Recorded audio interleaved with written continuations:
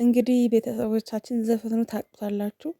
ከቡራ ልጅ አለኝ ብላ የመጣች ሀይሚን የምታስለቅስ ልጅ ናች እና እኔ አልሰድባትም። የማልሰድብበት ምክንያት የራሴ ምክንያት ስላለኝ ነው። እና ያው ስራ ነው፣ ይሰቅሉ ይሸቅሉ፣ ችግር የለም። በዛ ላይ እርጉዝ ከሆነች ከሌላ ያመጣችሁ ነው እንጂ የቡራ ልጅ አይደለም። ይሄንን እመኑ፣ በቃ እመኑ፣ አትንጫጩ። የእናንተ ጫጫታን እኔ ያስጠላኝ፣ የምሬ ነው የምላችሁ።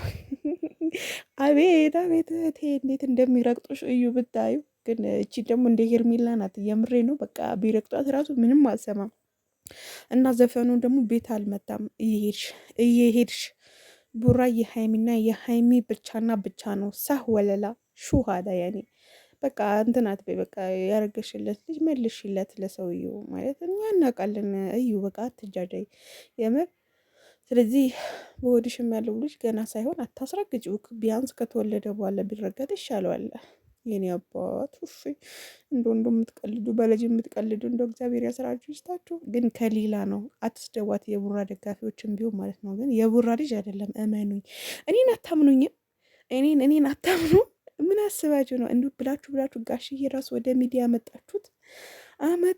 ጋሽዬ የኔ አባት፣ የኔ ፍልቅልቅ አባት እና ውሸት ነው ውሸት። እኔ የምልሽ እዩ ባይ ባይ ብዬ ነበረ መልሽ የመጣው እዩ ማለት ነው። በቃ ትንሿን ሀይሚዬን አታሳዝኛት። በቃ ወደ ራስሽ ተመለሺ። አንቺ ያረግሽው ከሌላ ነው፣ እንደው ከሌላ ነው። በቃ ምንድን ነው ማለት ሌሎን ቢያንስ እንኳን ስደት ያለው ሰው አጀዝቢ። እኛ አታጀዝቢ። ምክንያቱም እኛን ሀይሚን የምንወድ ሰዎች አለን። ምሳሌ ከዩቱበሮች ማለት ነው።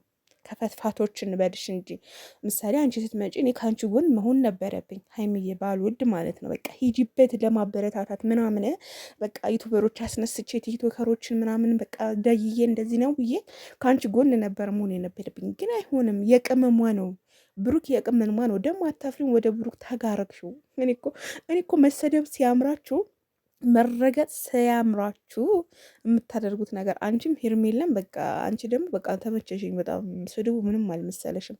ተሸማቀሽ በዛው ኧረ አልፈልግም ምናምን ብለሽ የምትመጪ ነበር የመሰለኝ። ግን ከባልሽ ጋር ነው ቪዲዮ መሰላለሽ። ይሄ ልጅ እመኑኝ የብሩክ አይደለም። ሌላ ፍቅረኛ ነበራት ይቺ ማለት ነው። ከሌላ ነው። እኛ እንድትነግሩን ነው ቢያንስ። ወይስ አዳብና ላይ ፎቶ አብራችሁ ስለተነሳችሁ ምናምን ፎቶ በመነሳት ነው እንዴ? ሹ እኛ ከስንት ጓደኞቻችን ጋር ፎቶ አለን። ያኔ ምንድን ነው እንደዚህ መጃጃል?